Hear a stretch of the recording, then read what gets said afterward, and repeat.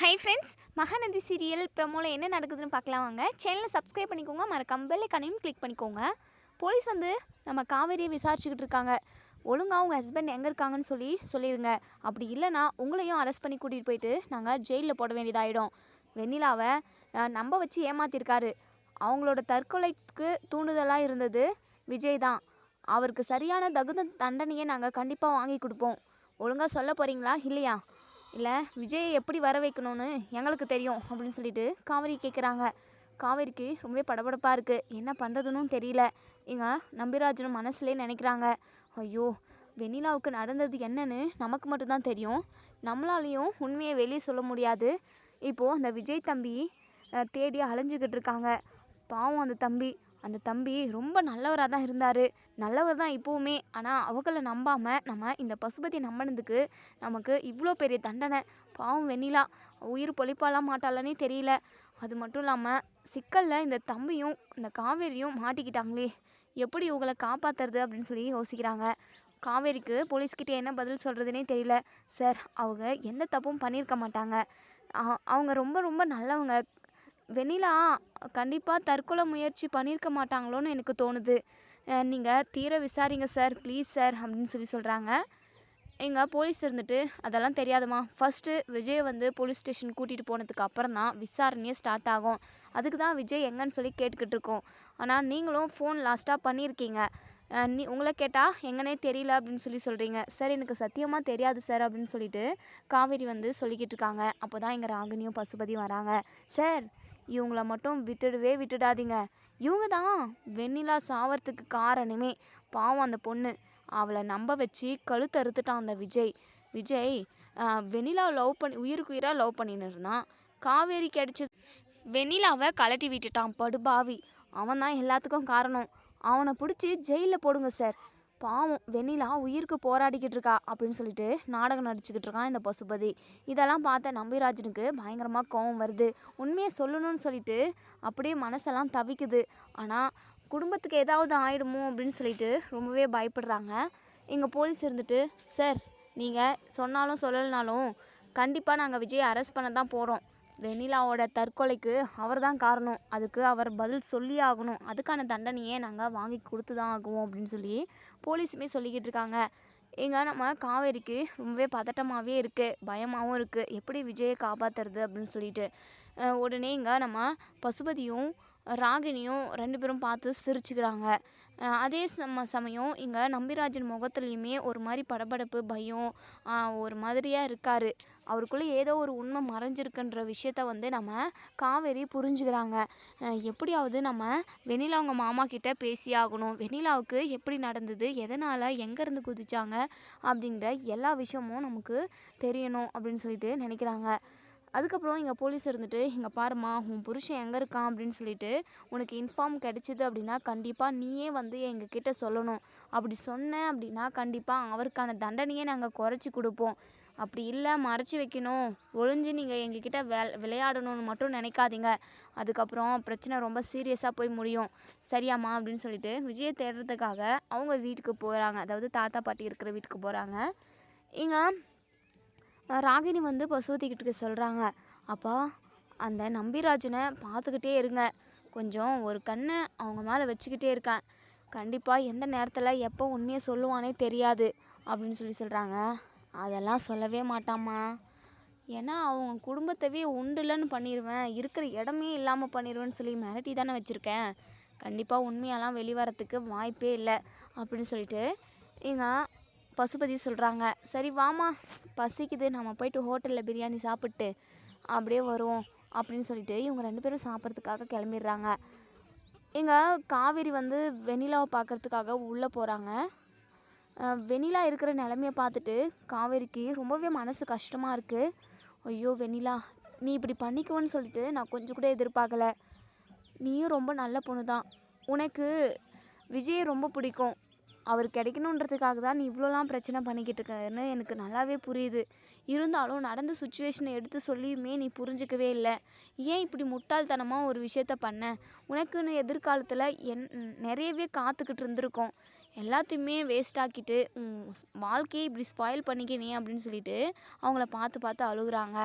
இதெல்லாம் பார்த்த நம்பிராஜனுக்கு இதுக்கப்புறமும் நம்ம உண்மையை மறைச்சி வைக்கக்கூடாது, இந்த விஷயத்த காவேரி கிட்ட சொல்லிடுவோம், என்னானாலும் பார்த்துக்கலாம், இந்த பசுபதி வெளியே நடமாடவே கூடாது, அவனை லைஃப் லாங் அதாவது ஜெயிலுக்குள்ளே தூக்கி போடணும் அப்படின்னு ஒரு தைரியமான முடிவெடுக்கிறாங்க நம்பிராஜன்.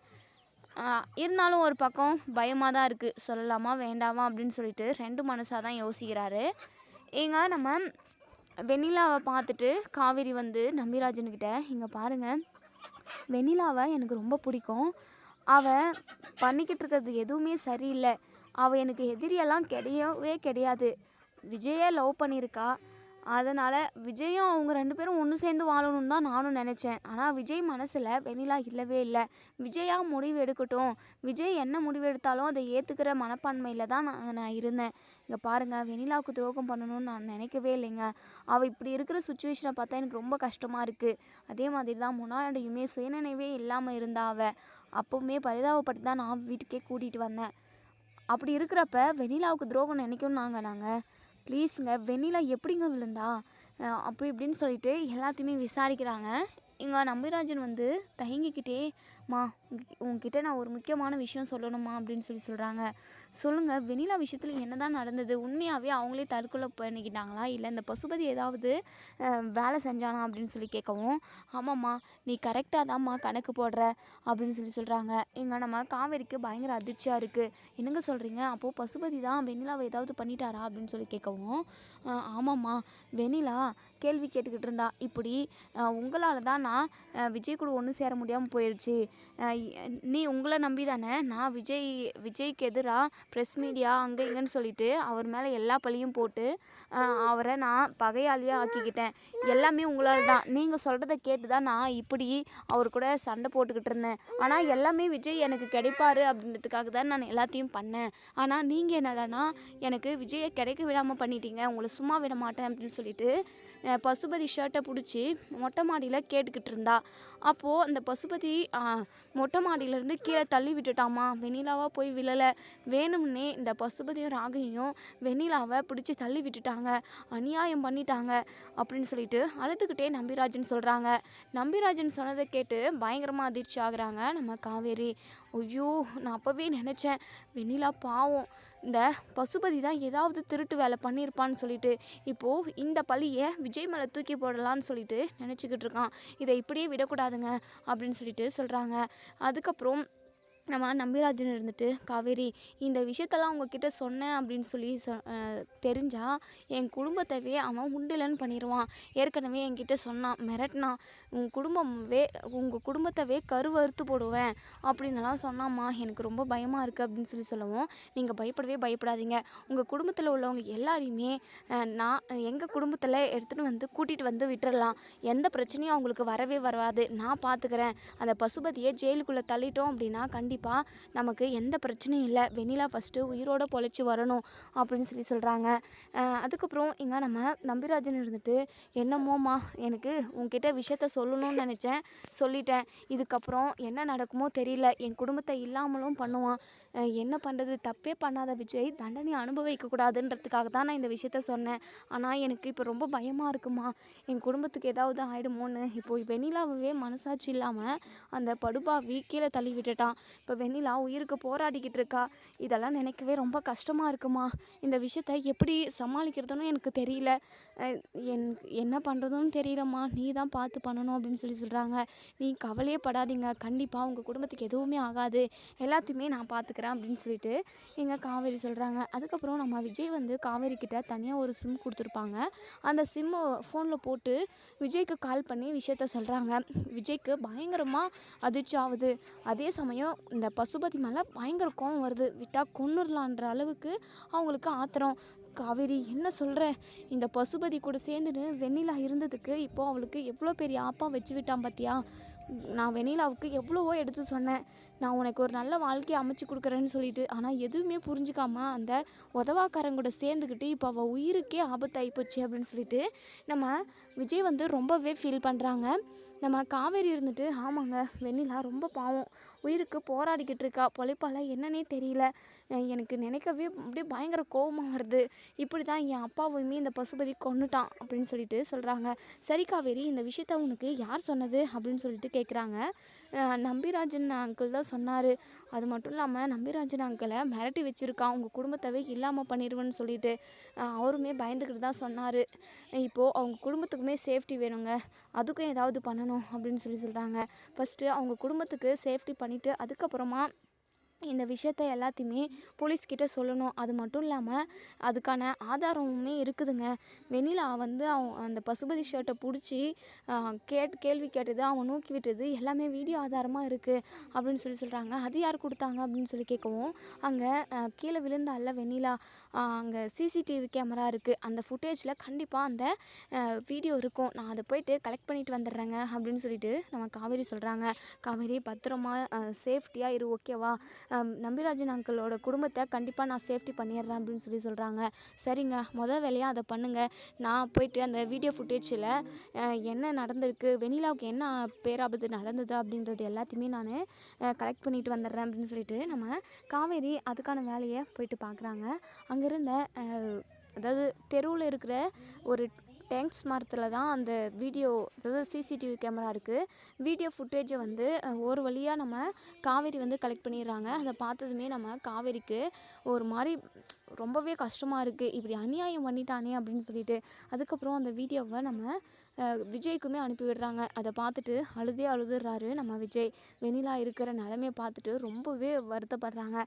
இந்த பசுபதிக்கு சரியான தண்டனையை நம்ம கொடுக்கணும், அது மட்டும் இல்லாமல் வெண்ணிலாவை எப்படியாவது காப்பாற்றணும் அப்படின்னு சொல்லிட்டு. அதுக்கப்புறம் இங்கே நம்ம காவேரி வந்து விஜய்க்கு கால் பண்ணுறாங்க. பார்த்தியாங்க இந்த பசுபதி எப்படியெல்லாம் பண்ணியிருக்கான்ட்டு, அவனுக்கு ஒன்றுமே வரக்கூடாது, அவனுக்கு ஏதாவது ஒரு ஆபத்து அப்படின்னா யாரையும் கொலை பண்ணுறதுக்கு கூட தயங்க மாட்டான், அவன் மிருகம் அவன் அப்படின்னு சொல்லிட்டு திட்டுறாங்க. ஆமாம் காவேரி, வெண்ணிலாவை எப்படியாவது காப்பாற்றணும், அந்த பசுபதியை உள்ளே தள்ளணும், அவனுக்கு லைஃப் லாங் வெளியவே உலகத்தவே அவன் பார்க்கக்கூடாது, எப்போவும் ஜெயிலே தான் இருக்கணும் அவன் அப்படின்னு சொல்கிறாங்க. சரிங்க, இதை எப்படி பண்ணுறது தான் எனக்கு தெரியும், அதாவது இந்த வீடியோவை எடுத்துகிட்டு போயிட்டு என்ன மாதிரி காட்டுறது எப்படின்னே எனக்கு ஒன்றுமே புரியலைங்க அப்படின்னு சொல்கிறாங்க. நீ குழம்பாத காவேரி, நான் ஃபர்ஸ்ட் வேலையாக நம்பிராஜன் அங்கிள் குடும்பத்தை வந்து சேஃப்டி பண்ணிடுறேன். அதுக்கப்புறம் அதாவது வெண்ணிலா கூட யாராவது இருந்துக்கிட்டே இருக்கணும், வெண்ணிலாவை கொலை பண்ணுறதுக்குமே முயற்சி கண்டிப்பாக நடக்கும். நீ அங்கே பார்த்துக்கோ, நான் வந்து நம்பிராஜன் அங்கிள் குடும்பத்தை வந்து சேஃப்டி பண்ணிட்டதுக்கப்புறம் உனக்கு கால் பண்ணுறேன். அதுக்கப்புறமா போலீஸ்க்கு நீ கால் பண்ணி ஹாஸ்பிட்டலுக்கு வர வச்சு ரகசியமாக போலீஸ்கிட்ட இந்த வீடியோவை காட்டிடு. அதுக்கப்புறம் போலீஸ் என்ன பண்ணணுமோ அதை எல்லாத்தையுமே அவங்களே பண்ணிப்பாங்க. இவங்க தான் காட்டினாங்க, இவங்க தான் காரணம்னு சொல்லிட்டு கண்டிப்பாக அவங்க யாருக்கிட்டையும் சொல்ல மாட்டாங்க. இந்த பசுபதி ஜெயிலுக்கு போயிட்டான் அப்படின்னாவே பாதி பிரச்சனை சரியாயிடணும். அதுக்கப்புறம் நான் வந்து நேரில் வந்துடுறேன், கண்டிப்பாக என்னை யாரும் போலீஸ் எல்லாம் தேடவே மாட்டாங்க, ஏன்னா என் மேலே தான் தப்பு இல்லைல்ல. அதுக்கப்புறம் நான் ஹாஸ்பிட்டல் கிளம்பி வந்துடுறேன் அப்படின்னு சொல்கிறாங்க. சரிங்க, நீங்களும் பத்திரமா இருங்க அப்படின்னு சொல்லிட்டு ஃபோனை வச்சிடுறாங்க. அதுக்கப்புறம் நான் ராகினியும் பசுபதியும் பிரியாணி நல்லா வயிறு முட்டை சாப்பிட்டு ஹாஸ்பிட்டலுக்கு வராங்க. எங்கள் நம்பிராஜன் இருந்துட்டு, என்னையா இப்படி அநியாயம் பண்ணிவிட்டு போயிட்டு நல்லா ஜாலியாக நீங்கள் பிரியாணி சாப்பிட்டு வரீங்க, வெண்ணிலா உயிருக்கு போராடிக்கிட்டு இருக்கா, இப்படி பண்ணிவிட்டு உங்களுக்கு எப்படியா சாப்பாடு இறங்குது அப்படின்னு சொல்லி கேட்கவும், உடனே ராகினி இருந்துட்டு, இங்கே பாருங்கள், என் அப்பா கிட்ட ரூடாக பேசுகிற வேலைலாம் வச்சுக்காதீங்க, ஏன் பசிச்சா சாப்பிட தான் செய்வோம், வெண்ணிலாவுக்கு இப்படி இருக்குன்னா நாங்கள் என்ன பண்ண முடியும், ஐயோ நீங்கள் தானே அந்த அநியாயத்தை பண்ணீங்க, நீங்கள்லாம் நல்லாவே இருக்க மாட்டீங்க அப்படின்னு சொல்லிட்டு சபிக்கிறாங்க. உடனே பசுபதி இருந்துட்டு, சும்மா இப்படியெல்லாம் சாபமெல்லாம் கொடுத்துக்கிட்டு இருக்காத, அதுக்கப்புறம் உங்கள் குடும்பத்தை இல்லாமல் பண்ணிடுவேன் அப்படின்னு சொல்கிறாங்க. நாங்கள் சொல்கிறத பேச்சு கேட்டுக்கிட்டு நீ இருந்தால் இரு, இல்லைன்னா போயிட்டு உங்கள் ஊரில் வேலையை பாரு, வெண்ணிலாவை நாங்கள் போட்டு தள்ளிட்டு அதுக்கப்புறம் நாங்கள் எங்கள் வேலையை பார்க்குறோம் அப்படின்னு சொல்கிறாங்க. எப்படி இப்படி கொஞ்சம் கூட நாக்கு கூசாமல் பேசுகிறீங்க, உங்களுக்கெல்லாம் மனசாட்சியே இல்லையா, அதே நிலமை வெண்ணிலா நிலமா உங்கள் பொண்ணு ராகினிக்கு வந்திருந்தா உங்களுக்கு எப்படி இருந்திருக்கும் அப்படின்னு சொல்லிட்டு நம்ம நம்பிராஜன் வந்து பயங்கரமாக சண்டை போடுறாங்க. இங்கே பாரியா, உனக்கு என்ன சொல்லி கூட்டிகிட்டு வந்தேன், வெண்ணிலா உயிரை காப்பாற்றணும் அப்படின்னா நீ எதுவும் வாயவே தரக்கூடாதுன்னு சொன்னேன், ஏன் பொண்ணவே இந்த நிலைமையில் இருக்கணும்னு சொல்கிறியா, டேய் வாயை மூடிக்கிட்டு அமைதியாக இருக்கிறே இல்லையாடா அப்படின்னு சொல்லிட்டு நம்பிராஜனை பல்லார்னு ஒரு ஆற விட்டுறாங்க பசுபதி. இங்கே நம்பிராஜனுக்கு மனசெல்லாம் வயிறெல்லாம் பற்றிக்கிட்டு எரியுது, மனசுக்குள்ளேயே சாபிக்கிறாங்க. நல்லாவே இருக்க மாட்டடா, நீ நாசமாக போயிடுவ, கண்டிப்பாக அந்த ஆத்தா உனக்கு கூலி கொடுக்காம விட மாட்டாடா அப்படின்னு சொல்லிட்டு மனசுக்குள்ளே நினைக்கிறாங்க. இன்னொரு சைடு இங்கே நம்ம விஜய் சொன்ன மாதிரியே நம்ம காவேரி ஹாஸ்பிட்டல் வந்துடுறாங்க. போலீஸுக்கு கால் பண்ணி கூப்பிடுறாங்க. போலீஸுமே வராங்க. என்னம்மா எதுக்காக வர சொன்னேன்? ஓ, விஜய் கிடச்சிட்டானா, விஜய் எங்கே இருக்கான் சொல்லு அப்படின்னு சொல்லிட்டு கேட்கவும், உங்ககிட்ட நான் முக்கியமான விஷயம் பேசணும், அதுவும் தனியாக பேசணும் அப்படின்னு சொல்லிட்டு. அதுக்கப்புறம் இங்கே நம்ம காவேரி வந்து போலீஸ்கிட்ட அந்த வீடியோ ஆதாரத்தை காட்டுறாங்க. அதை பார்த்ததுமே போலீஸ்க்கு பயங்கர கோவம் இந்த பசுபதி மேலே.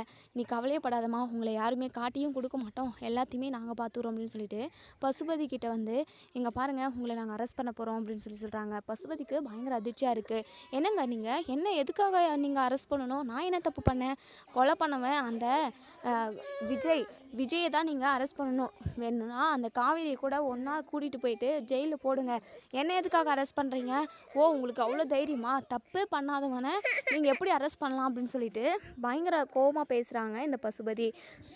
தப்பு பண்ணிவிட்டு இவ்வளோ தைரியமாக பேசிக்கிட்டு இருக்கியா, வாடா உங்கள் மாமனார் வீட்டுக்கு போகலாம் அப்படின்னு சொல்லிட்டு ஷர்ட்டை பிடிச்சி இழுக்கிறாங்க. பசுபதி இருந்துட்டு, சார் என்னை விடுங்க சார், நான் எந்த தப்பும் பண்ணல அப்படின்னு சொல்லிட்டு சொல்கிறாங்க. உடனே ராகினி இருந்துட்டு, என் அப்பா மேலே எந்த தப்பும் இல்லை, எதுக்காக என் அப்பாவை அரெஸ்ட் பண்ணுறீங்க? எல்லாம் பண்ணதும் அந்த விஜய் தான், விஜயை போயிட்டு அரெஸ்ட் பண்ணுங்கள், அதுக்கு உங்களுக்கு துப்பு இல்லை அப்படின்னு சொல்லிட்டு ஒரு மாதிரி அசிங்கமாக பேசுகிறாங்க. என்னம்மா நீ இப்படிலாம் பேசுகிற? இப்படிலாம் பேசுனா உன்னையும் ஜெயிலில் எடுத்துகிட்டு போய் போட்டுருவோம் அப்படின்னு சொல்லிட்டு சொல்கிறாங்க. அதுக்கப்புறம் பசுபதியை ஜெயிலுக்கு கூட்டிகிட்டு போய் ஜெயிலில் போட்டுடுறாங்க. இங்கே கத்திக்கிட்டே இருக்கான் பசுபதி, யோ நான் எந்த தப்பும் பண்ணல, என்னை வெளியே விடுங்களையா அப்படின்னு சொல்லிட்டு. வாயை மூடிக்கிட்டு இரு, மேலே எஃப்ஐஆர் எல்லாம் போட்டாச்சு, ஒரு பொண்ணவே கொலை பண்ணியிருக்க, அந்த பொண்ணு மட்டும் உயிரோடு பொழைச்சி வரல, அவ்வளோதான், நீ வெளியவே போக முடியாது அப்படின்னு சொல்லிக்கிட்டு இருக்காங்க. பசுபதிக்கு பயங்கர கோவம் வருது. இந்த நம்பிராஜன்னா ஏதாவது போலீஸ்கிட்ட உண்மையை சொல்லியிருக்கணும், அவனுக்கு இருக்குது, அவன் குடும்பத்தவே இல்லாமல் பண்ணணும் அப்படின்னு சொல்லிட்டு மனசுக்குள்ளேயே நினைக்கிறாங்க. இன்னொரு சைடு இங்கே ராகினி வந்து காவேரியை பயங்கரமாக பிடிச்சி திட்டுறாங்க. எல்லாமே உன்னால் தாண்டி, உன்னால் தான் என் அப்பா ஜெயிலுக்கு போயிட்டாரு, என் அப்பா தப்பே பண்ணல, என் அப்பாவை ஜெயிலுக்கு அனுப்பிட்டுல, உன்னை உண்டுலன்னு பண்ண போகிறேன், உங்கள் குடும்பத்தவே அழிக்க போகிறேன் அப்படின்னு சொல்கிறாங்க. உனக்கும் அப்பனுக்கும் இதுதானே வேலை, மற்றவங்கள உயிரோடவே இருக்க விடக்கூடாது, நீங்கள் 2 பேர் மட்டும் இந்த உலகத்தில் வாழுங்க, சரியா, எல்லாரையும் சாவடிச்சுட்டு அப்படின்னு சொல்கிறாங்க. ஆமாடி, எங்களுக்கு அதே வேலை தானா, நீயும் புருஷனை தானே வெண்ணிலாவை கொலை பண்ண முயற்சி பண்ணீங்க, உங்களால் தான் அவள் துக்கம் தாங்க முடியாமல் தற்கொலை பண்ணிக்கிட்டா, அதுக்கு ஏன் அப்பா என்ன பண்ணுவார் அப்படின்னு சொல்லவும், இப்படி கொஞ்சம் கூட மனசாட்சியே இல்லாமல் பேசாத, எல்லாத்துக்கும் காரணம் நீயும் உன் அப்பனும் தான் எனக்கு நல்லாவே தெரியும், போலீஸுக்கும் தெரிஞ்சு போச்சு, அதனால தான் உன் அப்பாவை இப்போது போலீஸ் பிடிச்சிட்டு போயிட்டாங்க அப்படின்னு சொல்கிறாங்க. என் அப்பாவை ஜெயிலுக்கு அனுப்பிட்டுல, உன்னை சும்மாவே விட மாட்டேன்னு சொல்லி கத்திக்கிட்டு இருக்காங்க, உன்னால் முடிஞ்சதை பார்த்துக்கோ போ அப்படின்னு சொல்லிடுறாங்க. அதுக்கப்புறம் டாக்டர் வந்து வெண்ணிலாவை செக் பண்ணி பார்க்குறாங்க. வெண்ணிலா வந்து எந்த ஒரு ரியாக்ஷனுமே இல்லை. நம்ம காவேரி கேட்குறாங்க, வெண்ணிலாவுக்கு குணமாயிடுமா அப்படின்னு சொல்லிட்டு. அது ரொம்ப கஷ்டம்தாம்மா, கடவுள் கையில் தான் எல்லாமே இருக்குது, எங்களால் முடிஞ்ச அளவுக்கு நாங்களும் ட்ரீட்மெண்ட் பண்ணிக்கிட்டு தான் இருக்கோம், கண்டிப்பாக நீங்கள் கடவுளை வேண்டிக்கோங்க, அவங்களுக்கு எதுவும் ஆகாது அப்படின்னு சொல்கிறாங்க. காவேரிக்கு ரொம்பவே மனசு கஷ்டமாக இருக்குது. வெண்ணிலா, எதுக்காக அந்த பசுபதியை நீ நம்பி போன? இப்போ பார்த்தியா, அவன் உன்னை உயிரோடவே விடலை, உன்னை விட்டுருந்தான் இன்னும் கொலை பண்ணிட்டு இருப்பான், எப்படியோ கொஞ்சமாச்சு உயிர் இருக்குது, கண்டிப்பாக அந்த கடவுள் வந்து உன்னை காப்பாற்றிடுவார், கவலைப்படாத அப்படின்னு சொல்லி பேசிக்கிட்டு இருக்காங்க. இங்கே நம்ம காவேரி ஒவ்வொன்றா பேசிக்கிட்டு இருக்க, நம்ம வெண்ணிலா கண்ணிலேருந்து தண்ணி வருது. இதை பார்த்ததுமே நம்ம காவேரிக்கு ரொம்பவே சந்தோஷமாக இருக்குது, கண்டிப்பாக வெண்ணிலாவுக்கு எதுவும் ஆகாது, அவங்க உயிர் பொழைச்சிருவாங்க அப்படின்னு சொல்லிட்டு ரொம்பவே சந்தோஷப்படுறாங்க. அதுக்கப்புறம் இங்கே நம்ம காவேரி வந்து நம்பிராஜன்கிட்ட சொல்கிறாங்க, ஏங்க வெண்ணிலாவுக்கு எதுவும் ஆகாதுங்க, கண்டிப்பாக வெண்ணிலா உயிர் பொழைச்சிருவா, நான் பேச அவங்க கண்ணிலேருந்து தண்ணி வந்தது, கை கால்லாம் லைட்டாக அசைஞ்சுது, கண்டிப்பாக அவங்களுக்கு எதுவுமே ஆகாது, நீங்கள் கவலையே படாதீங்க அப்படின்னு சொல்கிறாங்க. நம்ம நம்பிராஜனுக்கு ரொம்பவே சந்தோஷம். அம்மாடி ரொம்ப சந்தோஷமாக இருக்குமா, நீங்கள் சொல்கிறத எல்லாம் வெண்ணிலா கேட்காம அந்த பசுபதியும் ராகினியும் சொன்னதை கேட்டுக்கிட்டு நாங்கள் உங்களுக்கு எதிராக நின்றுட்டோம், சாரிம்மா, எங்களை மன்னிச்சிருமா. நம்ம நம்பிராஜன் காவேரி கிட்ட மன்னிப்பெல்லாம் கேட்குறாங்க. இங்கே பாருங்கள், அதெல்லாம் எதுவும் வேண்டாம், இது வெண்ணிலா எனக்கு தெரியும், அவளுக்கு ரொம்ப மனசு கஷ்டம்னு சொல்லிட்டு, அவளால் எனக்கும் விஜய்க்கும் கல்யாணம் நடந்ததை ஏற்றுக்க முடியல, அவளுமே விஜயை உயிருக்கு உயிராக நேசிச்சிட்டா, வேறு என்ன பண்ண முடியும், எல்லாமே நடந்துருச்சு, இதுக்கப்புறமாவது வெண்ணிலா திருந்தி இருப்பா, அவளுக்கு ஒரு நல்ல வாழ்க்கையை அமைச்சு வைக்கணுன்றது எங்களுக்கு நிறையவே ஆசை இருக்குது, கண்டிப்பாக வெண்ணிலா உயிர் பொழைச்சி வந்து அவளுக்கு ஒரு நல்ல வாழ்க்கையை நாங்கள் அமைச்சு வைப்போம், நீங்கள் கவலையே படாதீங்க, வெண்ணிலாவுக்கு நீங்கள் ₹1 செலவழிக்க வேண்டாம், எல்லாத்தையுமே நானும் விஜயும் பார்த்துக்குறோம் அப்படின்னு சொல்கிறாங்க. இங்கே நம்ம நம்பிராஜன் இருந்துட்டு, நீயும் விஜயும் ரொம்ப நல்லவங்களாதாம்மா இருக்கீங்க. உங்களுக்கு போயிட்டு நாங்கள் துரோகம் பண்ணிட்டோம், உங்களுக்கு எதிராக நின்றுட்டோம் அப்படின்னு சொல்லிட்டு ரொம்பவே மனசு கஷ்டப்படுறாங்க. நீங்கள் கவலைப்படாதீங்க, வெண்ணிலா இப்போது உயிரோடு வந்தால் அதுவே போதும் அப்படின்னு சொல்லி பேசிக்கிட்டு இருக்காங்க. அப்போ தான் இங்கே நம்ம சாரதா, அதுக்கப்புறம் குமரன், கங்கா எல்லாருமே ஹாஸ்பிட்டலுக்கு வராங்க. உடனே காவேரி கிட்ட கேட்குறாங்க, காவேரி, அந்த வெண்ணிலா பொண்ணு எப்படி இருக்குது அப்படின்னு சொல்லி கேட்கவும், அம்மா அவங்க ரொம்ப சீரியஸான கண்டிஷனில் தான் இருக்காங்க. ஆனால் வெண்ணிலா கூட நான் பேசினேன். அப்போது லைட்டாக கண்ணில் இருந்து தண்ணி வந்தது, கை கால்லாம் லைட்டாக அசைஞ்சுதுமா, அவங்களுக்கு எதுவும் ஆகாது, கண்டிப்பாக அவங்க உயிர் பொழைச்சிருவாங்க அப்படின்னு சொல்லி சொல்கிறாங்க. நம்ம விஜயுமே அப்போ தான் வந்துடுறாங்க. விஜய் இருந்துட்டு, காவேரி வெண்ணிலா எப்படி இருக்கா அப்படின்னு சொல்லி கேட்கவும் அதை பற்றி பேசிக்கிட்டு இருக்காங்க. அதுக்கப்புறம் நம்ம நம்பிராஜன் இருந்துட்டு, சாரிப்பா, என்னை மன்னிச்சிருப்பா தம்பி, இந்த பசுபதி கூட நாங்கள் சேர்ந்து இருந்திருக்கக்கூடாது, அவங்க எங்களை நம்ப வச்சு ஏமாற்றிட்டாங்க அப்படின்னு சொல்லிட்டு சொல்கிறாங்க. உடனே நம்ம விஜய் இருந்துட்டு, நடந்ததெல்லாம் விட்டுருங்க அங்கிள், இனிமே என்ன நடக்குதுன்னு பாருங்கள், வெண்ணிலாவுக்கு எதுவும் ஆகக்கூடாது அப்படின்னு சொல்லிட்டு சொல்கிறாங்க. அதுக்கப்புறம் நம்ம சாரதா இருந்துட்டு, காவேரி, இதுக்கப்புறமும் எதுக்காகடி இந்த தம்பி கூட இருந்துக்கிட்டு இருக்க, அந்த வெண்ணிலா பொண்ணு தான் விஜயை உயிருக்குயிராக லவ் பண்ணதில்ல, அவங்க 2 பேரும் ஒன்று சேர்ந்து சந்தோஷமாக வாழட்டும், அவங்க 2 பேருக்குள்ளே நீ மூக்க நுழைக்காத, உனக்கு நடந்தது ஒப்பந்தம் கல்யாணம் தானே, நீ அவன் கட்டின தாலியை கழட்டி விசிறிட்டுட்டு அதுக்கப்புறம் விவாகரத்துக்கு கொடுத்துடலாம், நீ அவங்கள விட்டு விலகி வந்துடுடி, எதுக்கு தேவையில்லாமல் பிரச்சனை, இப்போது அந்த பொண்ணு உயிருக்கு போராடிக்கிட்டு இருக்கு அப்படின்னு சொல்லி சொல்கிறாங்க. எங்கள் காவேரிக்கு என்ன சொல்கிறதுனே தெரியல. உடனே விஜய் இருந்துட்டு, அத்தை அப்படிலாம் சொல்லாதீங்க அத்தை, காவேரி இல்லாமல் என்னால் இருக்க முடியாது அத்தை அப்படின்னு சொல்லி சொல்லுவோம். இங்கே பாருங்கள் தம்பி, உங்களுக்கு எப்படியோ அப்படி தானே அந்த பொண்ணுக்கும், அந்த பொண்ணை நீங்களும் உயிருக்குயிராக லவ் பண்ணீங்கல்ல, அப்புறம் எதுக்காக அந்த பொண்ணை ஏமாற்றணும்னு நினைக்கிறீங்க, நீங்கள் அந்த பொண்ணை லவ் பண்ணாமல் இருந்திருக்கணும் அப்படின்னு சொல்லி சொல்கிறாங்க. ஐயோ ஆண்டி, உங்களுக்கு நான் எப்படி எடுத்து புரிய வைக்கிறதுனே தெரியல, வெண்ணிலா வரவே மாட்டான்ற ஒரு சுச்சுவேஷன் தான் நான் கல்யாணமே பண்ணிக்கிட்டேன், அதனால் அந்த ஒரு நெருக்கடியால் தான் நான் கல்யாணம் பண்ணிக்கிட்டேன், அதுக்கப்புறம் அவன் வருவான்னு யாருமே எதிர்பார்க்கல, நான் கல்யாணம் பண்ணிக்கிட்டதுக்கப்புறம் அவள் வந்து என்னை ஏற்றுக்கோ, நான் எப்படி அத்தை அதெல்லாம் முடியும் அப்படின்னு சொல்லி கேட்கவும், அதெல்லாம் எனக்கு தெரியாது தம்பி, என் பொண்ணை தயவு செஞ்சு விட்டுருங்க, உங்களால் என் பொண்ணு ரொம்பவே கஷ்டப்பட்டுக்கிட்டு இருக்கா, அவளை கொஞ்சம் நிம்மதியாக வாழ விடுங்க அப்படின்னு சொல்லி சொல்கிறாங்க. விஜய்க்கு என்ன சொல்கிறதுனே தெரியல, அழுகுறாங்க. உடனே நம்பிராஜன் இருந்துட்டு சாரதா கிட்ட, இங்கே பாருங்கம்மா, தெரிஞ்சோ தெரியாமலோ வெண்ணிலாவும் விஜயும் லவ் பண்ணிட்டாங்க, என்னென்னமோ நடந்து இப்போது காவேரிக்கும் விஜய்க்கும் கல்யாணம் நடந்துருச்சு, விஜய் காவேரி தான் வேணும்னு சொல்லிட்டு பிடிவாதமாக இருக்கார், அது மட்டும் இல்லாமல் அவங்க 2 பேருக்கும் கல்யாணம் நடந்துருச்சு, வெண்ணிலாவுக்கும் விஜய்க்கும் கல்யாணம் நடக்கலை, சட்டப்படி பார்த்தாலுமே இவங்க 2 பேர் தான் ஒன்று சேர்ந்து வாழ்கிற மாதிரி இருக்கும், இப்படிப்பட்ட சூழ்நிலையில் வெண்ணிலா வந்து விஜயை டார்ச்சர் பண்ணியிருக்கக்கூடாது, அது தப்பு தான்மா, இனிமேல் கண்டிப்பாக வெண்ணிலா அப்படி கேட்கவே மாட்டா, விஜயும் காவேரியும் ஒன்று சேர்ந்து சந்தோஷமாக வாழட்டும், கண்டிப்பாக வெண்ணிலா விலைக்கு போயிடுவாம்மா, நீங்கள் எதுக்காகவும் நீங்கள் கஷ்டப்படுத்திக்காதீங்க அப்படின்னு சொல்லிட்டு நம்பிராஜன் சொல்கிறாங்க. இதை கேட்ட நம்ம சாரதாக்கு என்ன சொல்கிறதுனே தெரியல, நம்ம விஜய்க்கு ரொம்பவே சந்தோஷமாக இருக்குது, இவங்க நம்மளை புரிஞ்சுக்கிட்டாங்களே அப்படின்னு சொல்லிட்டு.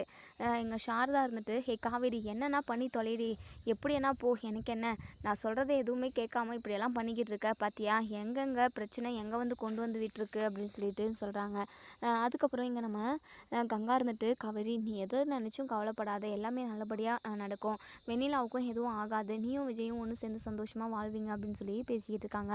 பேசிக்கிட்டு இருக்க நேரத்தில் நம்ம காவேரி மயங்கி விழுந்துடுறாங்க. இங்கே விஜய் எல்லாருமே ரொம்பவே பதட்டப்படுறாங்க. ஐயோ காவேரி, என்னடி ஆச்சு அப்படின்னு சொல்லிட்டு உடனே நம்ம டாக்டர் வந்து செக் பண்ணி பார்க்குறாங்க. அதுக்கப்புறம் இவங்க ப்ரெக்னெண்ட்டாக இருக்காங்க அப்படின்னு சொல்லி கேட்கவும், ஆமாங்க டாக்டர் அப்படின்னு சொல்லிட்டு நம்ம விஜய் சொல்கிறாங்க. இதெல்லாம் கேட்ட சாரதா, நம்ம கங்கான்னு எல்லாருமே பயங்கர ஷாக்காக வராங்க.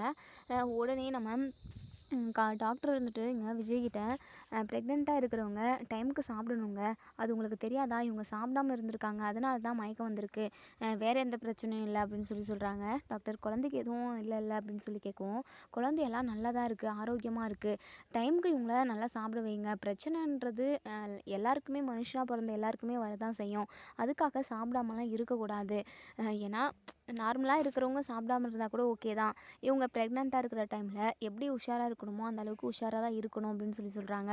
உடனே நம்ம விஜயுமே, சரிங்க டாக்டர், நான் எல்லாமே பார்த்துக்கிறேன், இனிமேல் கரெக்டாக கவனிச்சுக்கிறேன் அப்படின்னு சொல்லி சொல்கிறாங்க. எங்கள் சாரதாவுக்கு பயங்கர அதிர்ச்சியாக இருக்குது. காவேரி எந்திரிச்சதுமே, காவேரி, நீ கர்ப்பமாக இருக்கியாடி, இந்த விஷயம் உனக்கு எப்படி தெரியும் அப்படின்னு சொல்லி கேட்குறாங்க. நம்ம காவேரி இருந்துட்டு முழிக்கிறாங்க. சொல்லுடி, இதை கூட சொல்லாமல் மறைச்சி வச்சுருந்துருக்க அப்படின்னு சொல்லி கேட்கவும், கங்காக்கா ப்ரெக்னென்ட் ஆகிறதுக்கு முன்னாடியே நான் ப்ரெக்னென்ட் ஆகிட்டேன், அந்த விஷயம் எனக்கு உனக்கு தெரியும். ஆனால் நான் யார்கிட்டயுமே சொல்லவே இல்லை அப்படின்னு சொல்கிறாங்க. ஏன்டி சொல்லியிருக்கலாம்ல அப்படின்னு சொல்லி கேட்கவும், அந்த விஷயத்த சொல்லியிருந்தா நீங்கள் அப்போ சந்தோஷப்பட்டிருப்பீங்களா? வெண்ணிலா வேற நிறைய பிரச்சனை பண்ணிக்கிட்டு இருந்தா. அந்த மாதிரி ஒரு சுச்சுவேஷனில் இந்த விஷயத்த யார்கிட்டயும் சொல்லக்கூடாதுன்னு நினச்சேன் அப்படின்னு சொல்கிறாங்க. இங்கே நம்ம சாரதாக்கு என்ன சொல்கிறதுனே தெரியல. இருந்தாலும் காவேரி ப்ரெக்னெண்ட்டாக இருக்கிறத நினச்சி ரொம்பவே சந்தோஷப்படுறாங்க. கங்காவுக்குமே ரொம்பவே சந்தோஷமாக இருக்குது. இப்போது சாரதா வந்து விஜயும் காவேரியும் ஒன்று சேர்ந்து வாழட்டும் அப்படின்னு சொல்லிட்டு முடிவெடுக்க போகிறாங்களா? இல்லை அவங்க 2 பேரும் பிரிச்சிடலாம், இல்லை குழந்தையே வேணாம் அப்படின்னு சொல்லிட்டு ஏதாவது சொல்ல போகிறாங்களான்றத வெயிட் பண்ணி பார்ப்போம் ஃப்ரெண்ட்ஸ். வீடியோ பிடிச்சிருந்தா லைக் பண்ணி தருவீங்க. தேங்க்யூ.